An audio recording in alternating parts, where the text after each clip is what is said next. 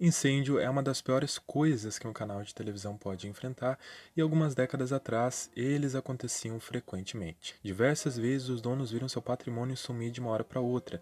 A Record então foi uma das que mais enfrentou incêndios e eles nunca tinham seguro.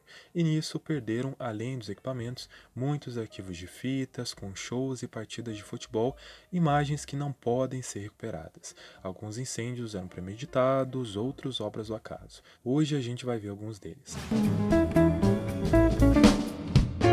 A Bandeirantes, infelizmente, já passou por incêndios em sua história. Em 1969, a emissora passou por um incêndio que complicou e muito a sua situação. Segundo o livro Biografia da Televisão Brasileira, foi o maior incêndio que uma emissora de televisão já havia enfrentado. Fato é que o prédio da Bandeirantes, que ficava no bairro do Morumbi, queimou. Muitos funcionários da emissora e de outros canais foram ajudar. Segundo Johnny Saad, foi um ato premeditado e não adiantava jogar água. E vamos reconstruir. Nós temos uma fé inabalável, Júlio, nos destinos da nossa pátria. Conseguiram tirar de lá um caminhão de externas, o que foi muito bom. A emissora pôde respirar e transmitir tudo. Fogo se alastrou rapidamente. João Saad, dono da emissora, agradeceu o trabalho dos bombeiros, das autoridades e os funcionários. A emissora tinha seguro. Segundo a revista Intervalo noticiou em 69, Walter Avancini indicava que o fogo começou no almoxarifado. Tentamos apagar as chamas, mas não houve jeito. As instalações da emissora eram bem modernas. Depois do incêndio, a Bandeirantes teve que improvisar e passou a operar na Avenida Brigadeiro Luiz Antônio. Os funcionários, temendo um novo incêndio, costumavam bater perna pelos corredores com lanternas. A solução para continuar transmitindo foi exibir filmes, esportes e jornalismo. Esse incêndio atrasou em 10 anos a formação da rede, comprometendo as contas da emissora, mas no fim a Bandeirantes conseguiu se recuperar. Em 4 de junho de 1976, um curto-circuito no sistema de ar-condicionado começou um incêndio na Globo do Rio de Janeiro por volta da 1 da tarde. Estava no ar naquele momento o jornal Hoje. No começo achavam que não era nada demais. Aí de repente eu falei pro Eric, que é o nosso maquiador, eu disse: ô Eric, você não tá sentindo um cheiro de queimado, um cheiro de fumaça? Ele disse: não, não é nada não, é bicheira, alguma coisa assim. Ele me respondeu: Porém, em pouco tempo, todo mundo percebeu a gravidade da situação. a Pepita Rodrigues saiu correndo e dizia assim: eu tenho uma filha para criar. Eu e mais 3 colegas estávamos trabalhando na sala de videotape, na TR-25, onde provavelmente foi maior a incidência de fumaça. Só deu tempo de eu levantar, entrar na comunicação, avisar a suspensão de operações que não dava mais para a gente trabalhar. Então nós corremos para tentar apagar o fogo, mas infelizmente toda a área técnica foi tomada por fumaça e tivemos que abandonar tudo, não deu para salvar equipamento nenhum naquele momento. O fogo tomou conta do controle mestre, o mais importante setor da emissora. Os funcionários ficaram impossibilitados de trabalhar. Cortaram o sinal para São Paulo, informando a emergência. Nós deixamos plugado São Paulo até um certo ponto, mas quando a técnica já estava completamente em fogo, desarmou tudo. Aqui na ponta da mesa começou a aparecer uma fumacinha, aí eu vi a gravidade do negócio.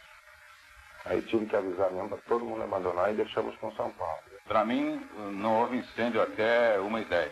Entrou o comercial no ar, e enquanto isso o comercial foi chegando ao fim, entrou um slide do Hoje. Eu vi então no próprio fone um grito dizendo que passava para São Paulo. Catei as outras pela mão, né? Saí correndo e puxei elas para fora, que realmente acreditaram que era um incêndio. Os funcionários fizeram tudo o que podiam para salvar o maior patrimônio da Globo, as fitas da emissora, extremamente importantes. Erval Rossano ficou bastante intoxicado e, infelizmente, algumas produções se perderam nesse incêndio. Boni conta em seu livro: o fogo começou no controle mestre da rede no terceiro andar. No início, parecia coisa pequena, mas o fogo se alastrou rapidamente para os andares de baixo, onde ficavam as áreas técnicas e as máquinas de gravação e edição.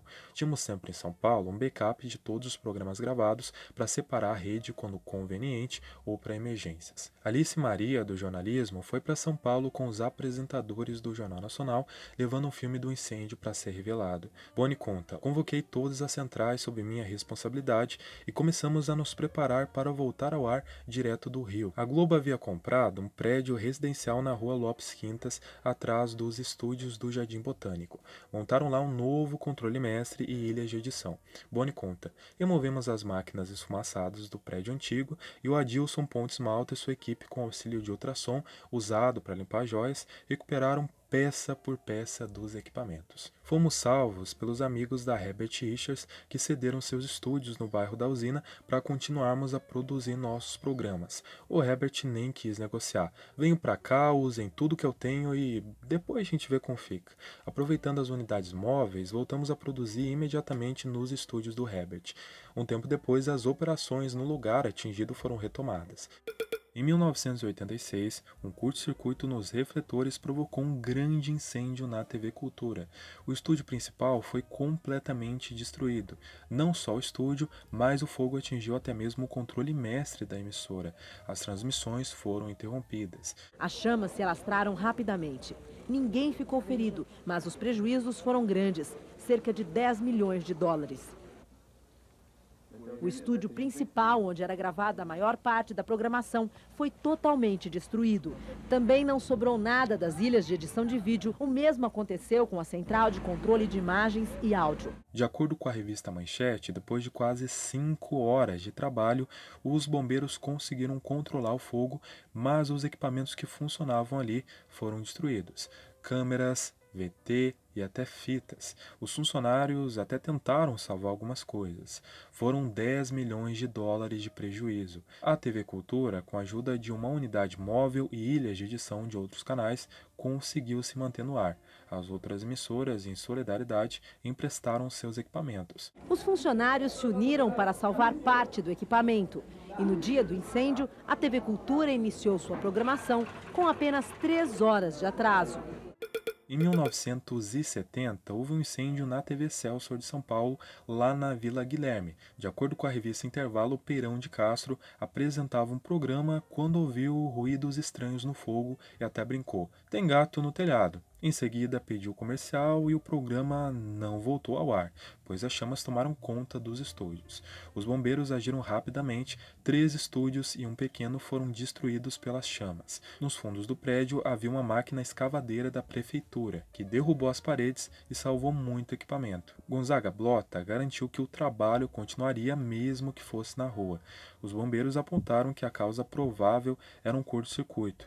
Contudo, muitos funcionários, inclusive Gonzaga Blota, achavam que tudo não passou de uma sabotagem. A própria televisão afirmava isso. Gonzaga disse à revista Intervalo: "Como pode ser um curto-circuito se o estúdio estava fechado e a instalação elétrica desligada?" Essas são imagens de um incêndio que aconteceu na Record lá em 29 de julho de 1966. Às 7h30 da manhã, o locutor Augusto Tovar interrompeu a programação musical de uma rádio para anunciar que a sede das Emissoras Unidas no aeroporto estava em chamas. O livro Marechal da Vitória conta: "Teve tempo apenas de dar o aviso e partir pelos corredores à procura de Paulo Machado. Encontrou-o conversando descontraidamente com alguns funcionários. Bufando em pânico, parou na frente do patrão. Mal conseguia falar. 'Doutor Paulo?' 'Sim, Augusto. Uma tragédia, o fogo.' 'Fogo? Aonde?' 'Nos estúdios.' Moradores da região foram até os portões da Record oferecer ajuda, mas não tinha muito o que fazer. O estúdio A, o principal da Record, estava praticamente consumido pelo fogo, que se alastrava rapidamente por outros setores da parte técnica. Assim que percebeu a gravidade do incêndio, Paulo Machado caminhou até a entrada principal para aguardar a chegada dos bombeiros. Em poucos minutos, cerca de 200 homens em 22 carros de várias zonas da cidade se posicionavam à frente da TV Record. O major Salvador Miller, comandante da operação, explicou ao patrono da emissora que havia bombeiros de sobra para conter rapidamente o incêndio, mas o estoque de água talvez não fosse suficiente. "A água não vai faltar, major. Minha chácara fica a 1 quarteirão daqui. Temos uma grande piscina lá", avisou Paulo Machado. Por ordem do então prefeito de São Paulo, Faria Lima, 16 caminhões da prefeitura partiram para a chácara Vila Madalena e esvaziaram 80 mil litros de água da piscina. No portão de entrada da Record, Paulo Machado recebia um a um os funcionários que chegavam à emissora para trabalhar. Para todos, o recado era o mesmo: "Não tem nada não, gente, não vamos desanimar, mesmo debaixo de um telhadeiro continuaremos no ar." Para os artistas de TV, a ordem era para que todos se encaminhassem até o Teatro da Record, na Consolação, onde um caminhão de externas já estava posicionado para transmitir ao vivo toda a programação. 3 horas depois do início do incêndio, não havia mais fogo dentro da Record. O cenário era melancólico. Toda a parte técnica, o coração da emissora, tinha sido destruída. No estúdio A, perderam-se 2 câmeras Marconi, as mais modernas da televisão, 2 geradores de sincronismo e centenas de outros equipamentos. No departamento de videotape, o prejuízo era incalculável.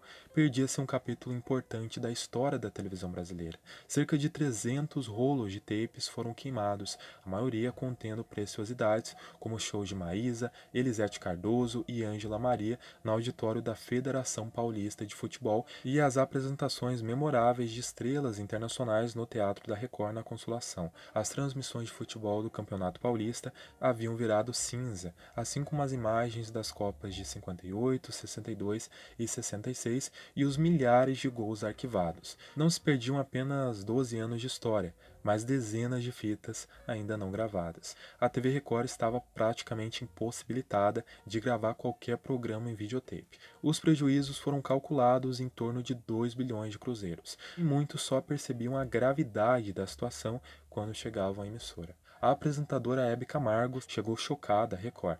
Quando soube que a parte técnica havia sido totalmente destruída, teve uma crise de choro. Paulo Machado consolou-a. Ô meu bem, não fica assim, não precisa chorar, vamos juntos reerguer a Record. Vários artistas ofereceram ajuda e queriam trabalhar até de graça para o canal recuperar o investimento. Sem poder contar com os programas gravados na semana anterior, como O Fino da Bossa, de Jair Rodrigues, foi substituído por um filme de segunda. A Record teve de baixar o nível da programação para poder continuar no ar. No dia 13 de janeiro de 1969, ocorreu um incêndio na torre da Record. O livro Marechal da Vitória conta: Paulo Machado acordou um pouco mais cedo na segunda-feira do dia 13 de janeiro de 69. Estava ansioso para um almoço com Avelange, que representaria seu afastamento definitivo da seleção brasileira, mas também lhe daria, finalmente, um pouco de sossego. Chegou a Record às 6 horas da manhã e meia hora depois já estava em plena Avenida Paulista, assistindo ao edifício Grande Avenida de 19 andares, consumido por um incêndio devastador provocado por um curto-circuito no 6º andar. No topo do prédio funcionava a torre de transmissão da TV Record de 70 metros. Paulo Machado, os filhos e toda a equipe da televisão acompanhavam agoniados o fogo se aproximar da torre. As mangueiras não passavam do 5º andar. No 18º andar, a poucos metros das instalações da TV Record, o fogo parou.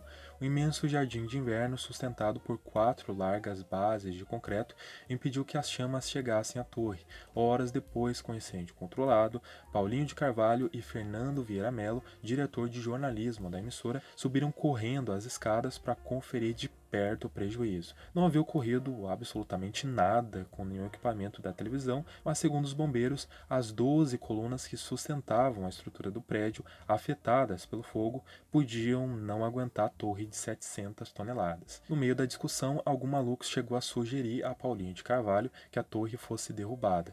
Uma reunião de emergência foi feita com a presença de Paulinho de Carvalho, o secretário de Segurança de São Paulo, Romeu Tuma, a construtora responsável pelo edifício, e um especialista no assunto, o arquiteto João Carlos Figueiredo Ferraz. Enquanto isso, Paulo Machado corria até o aeroporto de Congonhas para receber João Avelange e Antônio do Passo.